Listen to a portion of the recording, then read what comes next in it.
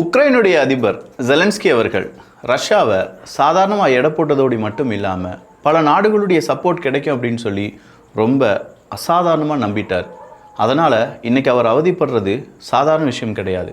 பல அரபுலக நாடுகள்கிட்ட போய் எங்ககிட்ட ஒரு சூட்சமம் இருக்குது, அந்த சூட்சமத்தை உங்களுக்கு சொல்லிக் கொடுக்கணுன்னா பல பில்லியன் அமெரிக்க டாலர் எனக்கு நீங்கள் தரணும், எனக்கு தேவையான கச்சா எண்ணெய் தரணும் அப்படின்னு சொல்கிற ஒரு டீல் பேசுகிறார்.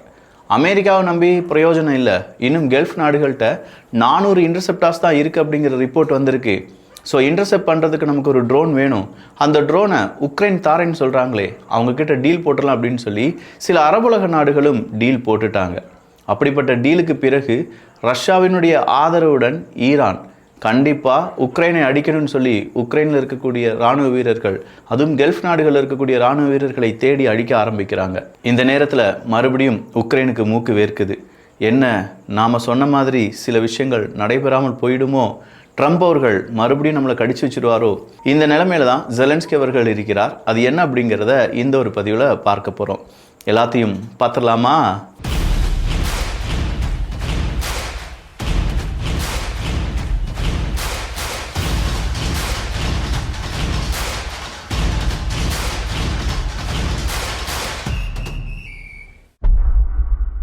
ரஷ்யாவுக்கு எதிராக உக்ரைன், உக்ரைனுக்கு எதிராக ஈரான், ஈரானுக்கு எதிராக இஸ்ரேல் அமெரிக்கா, இஸ்ரேல் அமெரிக்காவுக்கு எதிராக அடுத்ததாக ஹூத்திஸ், இப்படின்னு சொல்லி ஒரு தொடர் கண்ணி வெடி மாதிரி தொடர்ச்சியாக பல விஷயங்கள் இது கூட கனெக்ட் ஆகிட்டே போயிட்டே இருக்குது. இன்றைக்கி ஹூத்தி அறிவிச்சிருக்காங்க, ரெட் சி பக்கமாக இருக்கக்கூடிய பாப் அல் மந்தீப் அப்படிங்கிற ஸ்ட்ரைட்டை நாங்கள் மூட போகிறோம். ஒருவேளை சீக்கிரமாக அதற்கான முயற்சிகளை ஈடுபட போகிறாங்க அப்படிங்கிறது தெளிவாகவே புரியுது. ஸ்ட்ரைட் ஆஃப் ஹார்மஸ் அப்படிங்கிறது முற்றிலுமாக மூடப்பட்டிருக்கிறது. சீனா மற்றும் இந்தியாவினுடைய கப்பல்கள் அதிகமாக அதை கடப்பதற்கான அனுமதி அப்படிங்கிறது கிடைக்கிறது. இன்றைக்கி பாகிஸ்தான் கப்பல் கடந்தது அப்படின்னு சொன்னாங்க. அதற்கான காரணம், பாகிஸ்தான் கச்சா எண்ணெய் வாங்கினது யுவான் வச்சு தான், அது இல்லாமல் டாலர் வச்சு இல்லை அப்படின்னு சொல்லி ரஷ்யா என்ன நினச்சாங்களோ, டாலரைசேஷன் அப்படிங்கிறது எப்படி உருவாக்க நினச்சாங்களோ அதை இப்போது ஈரான் சரியாக செஞ்சிட்ருக்காங்க அப்படிங்கிற பாராட்டை ரஷ்யா கொடுத்துருக்காங்க. பிரிக்ஸ் கரன்சி வந்தாலும் சரி, மல்டிபோலார் வேர்ல்டு வந்தாலும் சரி, இது இரண்டுலேயுமே டாலர் அடிவாங்கும். அமெரிக்காவினுடைய ஏகாதிபத்தியம் அப்படிங்கிறது முடிவுக்கு வரும். அந்த முடிவுக்கு வர்றதுக்கான இனிஷியலாக இப்போ இருக்கக்கூடிய பல முன்னேற்பாடுகளை செய்வது யார் அப்படின்னு கேட்டிங்கன்னா, கண்ணை மூடிட்டு சொல்லலாம், ஈரான் அப்படிங்கிறது தான். ஈரானுடைய இந்த யுத்தம் கண்டிப்பாக அமெரிக்காவுக்கு சிம்ம சொப்பனமாக இருக்க போகுது. அமெரிக்காவை பொறுத்த வரைக்கும் அவங்கக்கிட்ட பிளான் பி இருக்கான்னு கேட்டால் இல்லை. நேரடி யுத்தத்துக்குள்ளே வந்தால் மட்டும்தான் அமெரிக்காவா ஈரானா அப்படிங்கிற அந்த ஒரு தேர்வுக்கு முடிவு அப்படிங்கிறது வரும். இன்றைக்கி கல்ஃப் கண்ட்ரீஸில் மட்டுமே கிட்டத்தட்ட 50,000க்கும் அதிகமான அமெரிக்க படைகள் அப்படிங்கிறவங்க குவிக்கப்பட்டிருக்கிறார்கள்.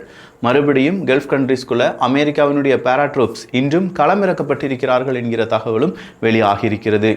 இந்த இடத்துல தான் காமெடி பிரசிடெண்ட்டாக இருந்த ஜெலன்ஸ்கி அவர்கள் நேராக அங்கே இருக்கக்கூடிய கல்ஃப் நாடுகள்கிட்ட உங்களுக்கான உதவியை நான் செய்கிறேன் அப்படின்னு சொல்லிட்டு வரார். உதவி செய்வதற்கு பதிலாக பல பில்லியன் அமெரிக்க டாலருக்கான டீல் அப்படிங்கிறத பேசுகிறார். முடிக்கிறாரு, உக்ரைனுக்கு வரார். இப்போ உக்ரைன் கிட்டத்தட்ட நாளொன்றுக்கு 1200 குண்டுகளுடைய த்ரெட் அப்படிங்கிறத அனுபவித்து வருகிறது. இன்றைக்கு மட்டுமே அமெரிக்கா மற்றும் இஸ்ரேல் ஈரான் மீது நடத்தின தாக்குதலை விட அதிக தாக்குதலை ரஷ்யா உக்ரைன் மேலே நடத்தியிருக்காங்க என்கிற அஃபிஷியல் ஸ்டேட்மெண்ட்டை ரஷ்யா கொடுத்துருக்காங்க. 5-8 செட்டில்மெண்ட்டை எங்களுடைய கைக்குள் நாங்கள் கொண்டு வந்துட்டோம் அப்படிங்கிறத ரஷ்யா இன்று செய்தியாக வெளியிட்டிருக்கிறார்கள்.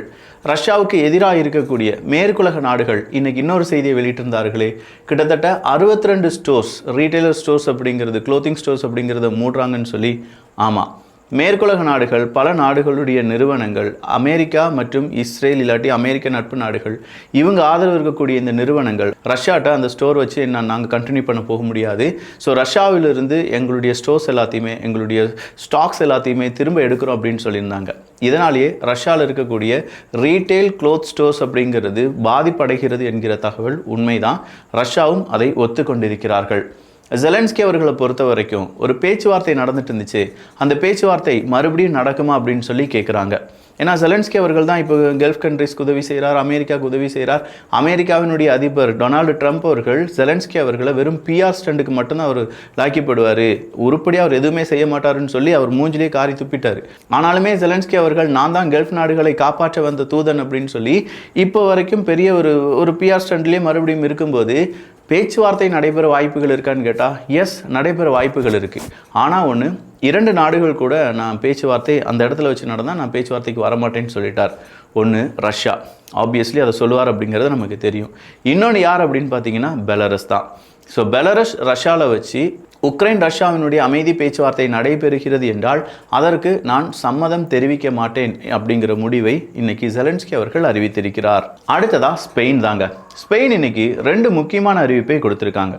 ஒன்று அமெரிக்காவுக்கு எதிரானது, இன்னொன்று அமெரிக்காவுக்கு எதிரானது தான்.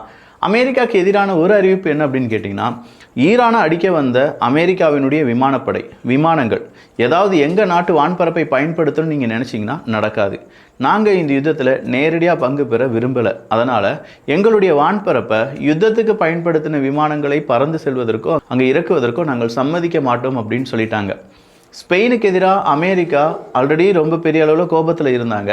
இப்போ எகைன் மறுபடியும் ஸ்பெயின் இந்த வார்த்தையெல்லாம் சொன்ன பிறகு கோபம் பல மடங்கு அதிகரிக்க வாய்ப்புகள் இருக்குது. இந்த நேரத்தில் தான் அமெரிக்காவுக்கான ஒரு திட்டம் இருந்துச்சு.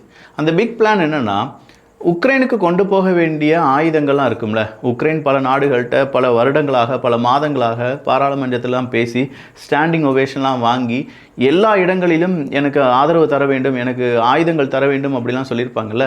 அப்போ பல நாடுகள் கமிட்மெண்ட் கொடுத்துருப்பாங்களே, இந்த ஆயுதம் உங்களுக்கு தாரணி, அதுக்கான லிஸ்ட் எல்லாமே அமெரிக்காட்ட இருக்குது. ஏன்னா அமெரிக்கா தானே உக்ரைன் கான்டாக்ட் குரூப் அப்படிங்கிற ஒரு குரூப்பை உருவாக்கி, வாட்ஸ்அப் குரூப் மாதிரிங்க, ஒரு 27-30 நாடுகள் இருப்பாங்கன்னு வச்சுக்கோங்களேன். எந்தெந்த நாடுகள் உக்ரைனுக்கு உதவி செய்ய போகிறீங்க, லிஸ்ட்டை கொடுங்க அப்படின்னு சொல்லி கேட்ட உடனே அந்த லிஸ்ட்டெல்லாம் தருவாங்க. எந்தெந்த ஆயுதங்கள் கொடுக்க போகிறீங்க, எந்த மாதம் அதுக்கான லாஸ்ட் டைம் அப்படிங்கிற அந்த லிஸ்ட் எல்லாமே அமெரிக்காட்ட இருக்குது. அமெரிக்கா அந்த லிஸ்ட்டை அக்சஸ் பண்ணி இந்த ஆயுதங்கள்லாம் இப்போ உக்ரைனுக்கு தேவையில்லைப்பா, நேராக நீங்கள் மிடில் ஈஸ்ட்டுக்கு டைவர்ட் பண்ணுங்க அப்படின்னு சொல்லி பல நாடுகளுக்கு ப்ரெஷர் அப்படிங்கிறத கொடுத்துட்ருக்காங்க. வேறு வழி கிடையாது. அமெரிக்காட்டி இன்டர்செப்டார் கிடையாது. அமெரிக்காட்ட விலை கூடிய ஆயுதங்கள் மட்டும்தான் இருக்கே தவிர விலை குறைந்த ஆயுதங்கள் அப்படிங்கிறது இல்லை. அப்போ இதெல்லாம் பார்க்கும்போது உக்ரைனுக்கான அந்த ஆயுதங்களை டைவர்ட் பண்ணி மிடில் ஈஸ்ட்டுக்குள்ளே கொண்டு போயிடலான்னு சொல்லி அமெரிக்கா நினச்சிட்டு இருக்கும்போது, யார் என்ன சொன்னாலும் சரி, நான் உக்ரைனுக்கு ஒரு வாக்குறுதியை கொடுத்துருக்கேன். அந்த வாக்குறுதியின் அடிப்படையில் 5 பேட்ரியாட் மிசைல் PAC-2 நான் உக்ரைனுக்கு கொடுக்க போகிறேன் அப்படிங்கிற அறிவிப்பை கொடுத்துருக்காங்க ஸ்பெயின். 5 PAC பேட்ரியாட் மிசைல்ஸா? PAC-2லேருந்து PAC-3க்கு இப்போ ஸ்பெயின் அவங்க அப்கிரேட் பண்ணிட்டு இருக்காங்க. அப்கிரேட் பண்ணணும்னு நினச்சிட்டு இருக்காங்க. அதுக்கான எல்லா முடிவுகளையும் நேரடியாக யார்கிட்ட சொல்லியாச்சு, அமெரிக்காட்ட சொல்லியாச்சு. இந்த நேரத்தில் 5 PAC-2 அப்படிங்கிறத நான் உக்ரைனுக்கு கொடுக்க போகிறேன்னு சொன்னது அமெரிக்கா சொன்னதற்கு நேர் எதிராக இருக்கக்கூடிய செயல். இந்த செயலை மட்டும் ஸ்பெயின் செஞ்சிட்டாங்கன்னா, நான் தான் படித்து சொன்னேனேப்பா, நம்ம ஆயுதங்களெல்லாம் மிடில் ஈஸ்ட்டுக்கு கொண்டு போனோன்னே, ஆனால் தேவையில்லாமல் உக்ரைனுக்கு கொடுத்துட்டேப்பா, உக்ரைன் நமக்கு என்ன செய்ய போகிறாங்க, உக்ரைனால் நமக்கு என்ன நன்மை நடக்க போகுது அப்படின்னு சொல்லி பாடம் எடுக்க ஆரம்பிச்சிருவாங்க. உக்ரைன் ஐரோப்பிய ஒன்றியத்தினுடைய ஒரு நாடாக மாற வாய்ப்புகள் இருக்கா அப்படின்னு கேட்டால் அதற்கான அனுமதி கிடைக்க வாய்ப்பே இல்லை அப்படின்னு சொல்கிறாங்க. இல்லை ஐஸ்லாந்துலாம் உள்ளக்க வர்ற மாதிரி சொல்லிட்டு இருக்காங்களே, நார்வே ஐஸ்லாந்தினுடைய முயற்சிகள் உக்ரைனுடைய முயற்சிகளை மூழ்கடிக்குமா, இல்லை உக்ரைனுடைய முயற்சிகளை வெற்றி பெற வைக்குமா அப்படிங்கிற பல கேள்விகளுடன் உக்ரைனுடைய 2 கனவுமே சும்மா அந்தரத்தில் தொங்கிட்டு தான் இருக்குது. ஒன்று நாட்டோவினுடைய நாடாக மாற வேண்டும், இன்னொன்று ஐரோப்பிய ஒன்றியத்தினுடைய ஒரு நாடாக மாற வேண்டும். இது இரண்டுமே இப்போ நடக்கிற மாதிரியான சாத்தியக்கூறுகள் இல்லை என்பதே உலக அரசியலினுடைய முடிவாக பார்க்கப்படுகிறது. ஸ்பெயின் அவங்க PAC-2லேருந்து PAC-3க்கு மாற போகிறாங்க அப்படின்னு சொன்னல, ஒரு மிசைலினுடைய விலை மட்டுமே கிட்டத்தட்ட 3 மில்லியன்லேருந்து 4 மில்லியனா, 15 மில்லியன் யூரோஸ் அப்படிங்கிறத என்ன செஞ்சுருக்காங்க, இதுக்காகவே அலோகேட் பண்ணியிருக்காங்க ஸ்பெயின். இதில் இந்த PAC-2 அப்படிங்கிறது எந்த நாடும் உக்ரைனுக்கு கொடுக்கக்கூடாதுன்னு சொல்லி அமெரிக்கா சொன்ன பிறகும் வாண்டடாக ஸ்பெயின் இந்த உதவியை செய்வதால் ஸ்பெயின் அமெரிக்காவினுடைய மோதல் அதிகரிக்க வாய்ப்புகள் இருக்குது. அடுத்ததாக பிரிட்டனுடைய தூதரக அதிகாரிகளை ரஷ்யா வெளியேற்றம் செய்தார்கள். எதுக்காக நீங்கள் அவங்களை வெளியேற்றுகிறீர்கள் அப்படிங்கிற கேள்விக்கு ரஷ்யா சிம்பிளான ஒரு பதில் சொன்னாங்க. வேவு பார்க்குறாங்க, ஸ்பை வேலை பார்த்துட்டு இருக்காங்க. அப்படி பார்க்கக்கூடிய நபர்களுக்கு நாங்கள் எப்படி அனுமதி கொடுக்க முடியும், அதனால் அவங்கள நீங்களே வச்சுக்கோங்கன்னு சொல்லி இங்கிருந்து நாடு கடத்திட்டாங்க. ஸோ பிரிட்டனுடைய தூதரக அதிகாரிகள் இப்படி வெளியேற்றப்பட்டதற்கு பிரிட்டன் இன்னைக்கு கடுமையான எச்சரிக்கையை ரஷ்யாவை பார்த்து கொடுத்துருக்காங்க.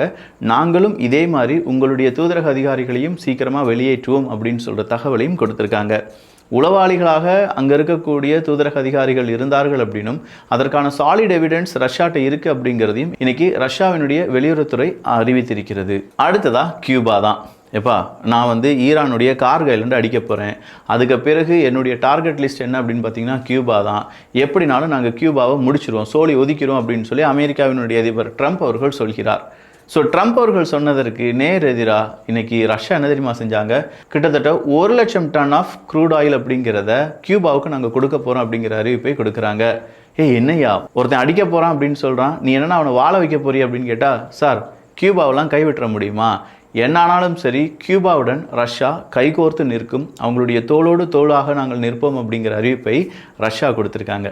ஸோ ரஷ்யா கியூபாவினுடைய நட்பு அதிகமாக கியூபாவுக்கு எதிராக அமெரிக்காவினுடைய நடவடிக்கை எப்படி இருக்க போகுது அப்படிங்கிறத வரும் காலம் நமக்கு உணர்த்த வாய்ப்புகள் இருக்குது. எது எப்படி இருந்தாலும் இதுவரையிலும் அந்த அப்டேட்ஸ் எல்லாத்தையுமே நம்ம இந்த ஒரு பதிவில் பார்த்துருக்கோம். இன்னும் இதே மாதிரியான நிறைய நாடுகளுடைய செய்திகள் எல்லாமே தெரிந்து கொள்வதற்கு வியூகம் தமிழ் வியூகம் அப்படிங்கிற நம்ம சேனலை சப்ஸ்கிரைப் பண்ணிக்கோங்க. நல்லதை பகிர்ந்து நல்ல சமுதாயத்தை உருவாக்குவோம். நன்றி, வணக்கம்.